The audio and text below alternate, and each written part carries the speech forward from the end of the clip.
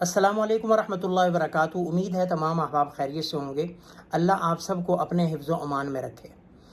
HPV human پیپولیما virus آج کل بڑا گردش میں ہے۔ یہ ٹاپک ہاٹ ٹاپک ہے اس وقت کا، جو سوشل میڈیا پر گردش میں ہے۔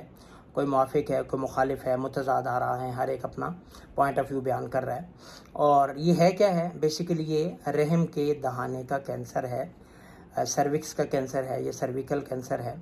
تو یہ ہے، اور یہ ٹھیک ہے نہیں ہے، اس کی ویکسینیشن ٹھیک ہے نہیں ہے، ہر کوئی اپنے نظریات دے رہا ہے۔ اور چونکہ میں تو میڈیکل فیلڈ سے نہیں ہوں، I am not a doctor, not a medical specialist, not a medical expert, کچھ بھی نہیں ہے، کوئی ایکسپرٹیز میری نہیں ہے۔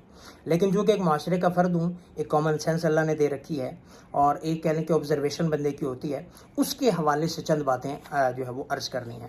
سب سے پہلی بات تو یہ ہے کہ یہ سمجھ نہیں آتا کہ جو انگریز یا جو بل گیٹ ہو یا جو بھی ہو، جو آپ کو کہتا ہے بچے دو ہی اچھے ہیں، کہ دو سے زیادہ بچے آپ نے پیدا نہیں کرنے، دو سے زیادہ بچے آپ نے پیدا نہیں کرنے، وہ آپ کے ڈاکٹروں کو بھی سمجھاتا ہے، ڈاکٹر آپ کو سمجھاتے ہیں، اور یہ اچھا خاصا ایک پبلک اس پر عمل بھی کرتی ہے۔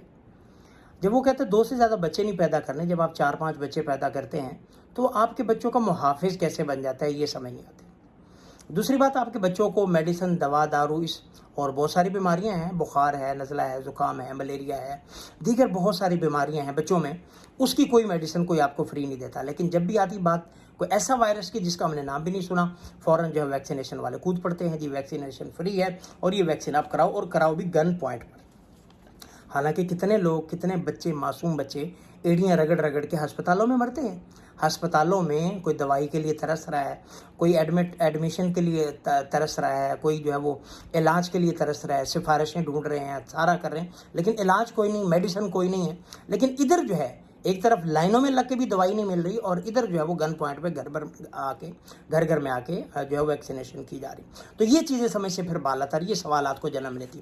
دوسرا، یہود اور نصارہ کے بارے میں قرآن نے کلیئر کٹ کہا ہے کہ وہ تمہارے دشمن ہیں، ان سے دوستی نہ لگانا، وہ کوئی بھی نقصان کا موقع تم سے ضائع نہیں جانے دیں گے۔ لَتَجِدَنَّ أَشَدَّ النَّاسِ عَدَاوَةً لِلَّذِينَ آمَنُوا الْيَهُودَ وَالَّذِينَ أَشْرَكُوا، کہ سب سے زیادہ مخالف تمہارے مشرک اور یہودی ہیں، اور بعد میں اس میں نصارہ بھی شامل ہو جاتے ہیں۔ تو جو آپ کا قرآن کہہ رہا ہے سب سے کلیئر کٹ، واضح، پکا ٹھکا دشمن ہے، وہ آپ کا خیر خواہ آپ کو ویکسین کیوں دے گا؟ دوسری بات، ایک چیز اب اتنے شک میں، حدیث پاک میں دع ما یریبک الی ما لا یریبک، جو آپ کو چیز شک میں ڈالے اس کو چھوڑ دو۔ بھائی ہمیں سمجھ نہیں آ رہی، ہم نہیں لگواتے تو آپ نہ لگائیں۔ تیسری بات ہے کہ ہمارا اور انگریز کا، غیر مسلم کا، گورے کا، کافر کا کلچر ہی ڈیفرنٹ ہے۔ وہاں پہ زنا عام ہے، گلی گلی، کوچے کوچے، کونے کونے پہ زنا ہو رہا ہے۔ کہیں پہ بھی گرل فرینڈ بوائے فرینڈ کونے میں کھڑے ہیں، کہیں پہ پارک میں، جہاں پہ گاڑی میں، جہاں پہ دل کرتا ہے زنا عام ہے۔ زنا عام ہو رہا ہے، غیر فطری طریقے سے جمع ہو رہا ہے، ہم جنس پرستی ہو رہی ہے، ماسٹربیشن ہو رہی ہے۔ وہ تو کہتے ہیں ماسٹربیشن بھی کرو، وہ بھی ٹھیک ہے۔ سور کھا رہے ہیں، خنزیر کھا رہے ہیں، مردار کھا رہے ہیں، سارا کچھ کھا رہے ہیں، کوئی حلال حرام کسی چیز کی پرواہ اور تمیز نہیں ہے۔ زنا برضا ان کے ہاں ٹھیک ہے، جو راضی ہو باہمی میوچل کانسنٹ سے زنا کریں، ٹھیک ہے۔ اور اسلام تو کہتا ہے زنا حرام ہے، یا تو تمہارا نکاح ہوگا وغیرہ، تمہارا تعلق حرام ہے۔ وہ کہتے ہیں ریلیشن شپ رکھ لو، انڈرسٹینڈنگ ہو جائے گی تو آگے چلا لینا، وغیرہ اس کو بریک کر دینا، بریک اپ ہو جائے گا۔ اس دوران بھلے 2 بچے پیدا کر لو۔ اب جو ہے وہ ایسا ہوتا ہے کہ آپس میں دوستیاں کر لی، بچے بھی پیدا ہو گئے، پھر آپ آگے جا کے پھر وہ جو ہے انہوں نے پراپر شادی کی۔ تو وہ ایک کلچر ہے، اور ایک یہ کلچر ہے۔ اللہ کا شکر ہے یہاں پہ ابھی تک کچھ نہ کچھ حلال حرام کی تمیز ہے، کھانے میں تمیز ہے، اخلاقیات، معاشرت کچھ باقی ہے۔ اور وہ لوگ تو یہ کام کر کے، وہ تو خودکشیاں کر کے مر رہے ہیں۔ وہاں پہ تو خودکشیوں کے پوائنٹ بنے ہوئے ہیں، انہوں نے باقاعدہ جگہ بنائی کہ جو خودکشی کرنا چاہیے آ کے کر لے، اسلام میں خودکشی حرام ہے۔ تو یہ چیزیں تو ان کے ہاں عام چل رہی ہیں۔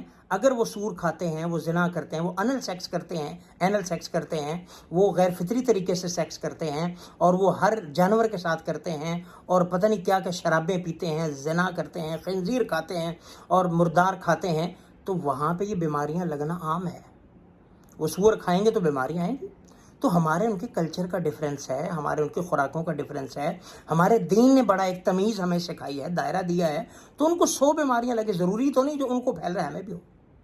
اب آپ کہہ رہے ہیں کہ سالانہ اس میں 3,000 یا 5,000 بندہ مرتا ہے. عام کھانسی، نزلے، زکام، بخار سے اس سے کئی گنا زیادہ بندے مر رہے ہیں. ان کے علاج کی فکر کون کرے گا؟ اور کتنی بیماریاں ہیں.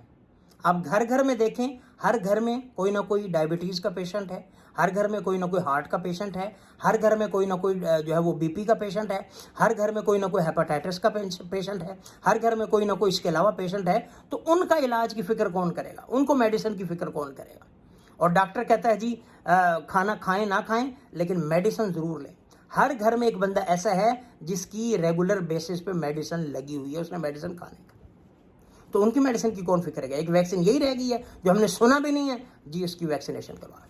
تو یہ چیزیں کامن سینس میں ایک ذہن میں آتی ہیں کہ یار یہ ہمارا اتنا سگا کیوں بن رہا ہے، باقی میڈیسن تو نہیں دیتا. IMF جو قرضہ دیتا ہے وہ بھی شرائط رکھ کے دیتا ہے کہ مہنگائی کرو پھر دیں گے، فحاشی پھیلاؤ پھر دیں گے، نصاب چینج کرو پھر دیں گے. وہ ہمیں ویکسینیشن کیسے فری دے رہا ہے، یہ سمجھ سے بالت ہے. یہ چیزیں پھر ڈاؤٹ پیدا کرتی ہیں جس سے بندہ سمجھتا ہے کہ کچھ گڑبڑ ہے.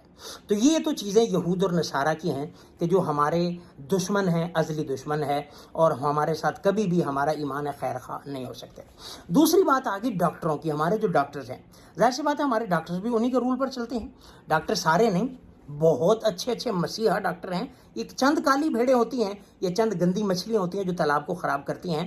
اب ایسے بھی ڈاکٹر ہیں، وہی ہیں جو ہر ماں کا جس کا بچہ پیدا ہوتا ہے وہ کہیں گے جی بچے بند کراؤ، 2 پہ بس کرو، فلاں کرو، یہ کرو. آپ کو تو کہیں گے نارمل ڈیلیوری، اس کو سی سیکشن کریں گے پیسے کے لیے.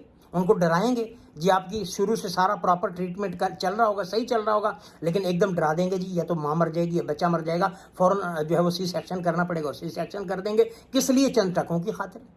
ایریلیونٹ میڈیسن لکھیں گے. کس لیے؟ جی اپنے جو کمپنی ہے جس سے انہوں نے معاہدہ کیا ہوا ان کی دوائی میڈیسن لکھنی ہے اپنے ٹورز کے لیے، اپنی گاڑی کے لیے، اپنے عیاشی کے لیے، اپنے فریج اے سی کولر کے لیے، اپنی گاڑی کے لیے وہ ایریلیونٹ میڈیسن لکھ رہے ہیں. یہ ہمارے ڈاکٹر ہیں. تو ڈاکٹروں کا کیا ہے؟ ان کو تو جو پیچھے سے بتا دیا اس کا فائدہ بتا دیا. آپ کو یہ فائدہ ہوگا.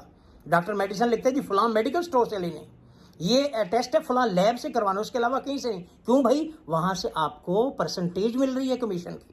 تو ڈاکٹر تو ہمارے ایسے بھی ہیں، ڈاکٹر تو ہمارے ایسے بھی، ہمارے تو ایسے بھی ڈاکٹر ہیں جو مریض کو آپریشن تھیٹر میں اینستھیزیا دے کر خود جو ہے وہ اپنے عیاشی نرس کے ساتھ شروع کر دیتے ہیں. ڈاکٹر ایسے بھی ہیں. تو ڈاکٹر تو پھر پیسہ، وہ کہتے ہیں پیسہ پھینک اور تماشا دیکھ، اور ہمیشہ جو ہے وہ نقصان جو ہوتا ہے جب تک اپنا ساتھ نہ ملے نقصان نہیں ہوتا. ایک مقولہ ہے گھر کا بیدی لنکا ڈھائے. تو یہ تو اپنے ساتھ ملیں گے تو یہودی ہم پر اٹیک کر سکتے ہیں، ویسے تو نہیں کر سکتا. تو یہ ساتھ ملیں گے، آگے ان کو بتائیں گے تو یہ پھر ہمارے اوپر ان کے لیے اپلائی کرنا آسان ہوگا. تو یہ چیزیں ذہن میں پھر ڈاؤٹ کرتی ہیں کہ ڈاکٹر حضرات تو پہلے ہی ماشاءاللہ اللہ قلیل چند ایک، باقی بہت بہت اچھے بھی ہیں. ہمارا جن سے واسطہ ہے ماشاءاللہ بہت اچھے اچھے بے ڈاکٹر ہیں، نیک ڈاکٹر ہیں. اللہ ان کو صحت عافیت دے، ان کو جزائے خیر دے. لیکن ایسے بھی لوگ موجود ہوتے ہیں وہ کہتے ہیں جی لگواؤ. تو یہ چیزیں ذہن میں ڈاؤٹ پیدا کرتی ہیں بھائی یہ ایسا کیوں ہے اور یہ ہمارے ساتھ ایسا کیوں ہوتا ہے. ہمارے ملک کی وہ بچی تھی جو سائنٹسٹ بچی تھی، ویری جینیس انٹیلیجنس، اس کو بل گیٹ صاحب نے ادھر بلایا تھا. ٹھیک 2 سال کے بعد وہ اللہ کو پیاری ہو گئی. ہمیں نہیں پتا واللہ علم کیا ہوا. تو یہ سارے معاملات ہیں جو ڈاؤٹ پیدا کرتے ہیں. تو پھر وہی بات ذہن میں آتی ہے کہ میر تقی میر کی وہ کہ میر کیا سادے ہیں، بیمار ہوئے جس کے سبب اسی عطار کے لونڈے سے دوا لیتے ہیں کہ جو تمہارا دشمن ہے تمہیں مارنا چاہتا ہے اسی سے میڈیسن لے رہے ہیں.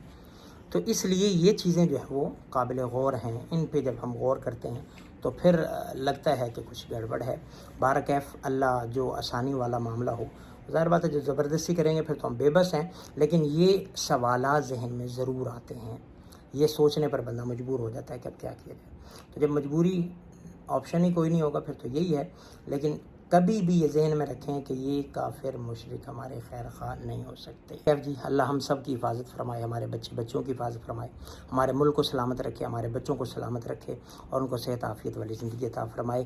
اللہ ہمارے ملک کی حفاظت فرمائے شریروں کے شر سے، حاسدوں کے حسد سے. والسلام.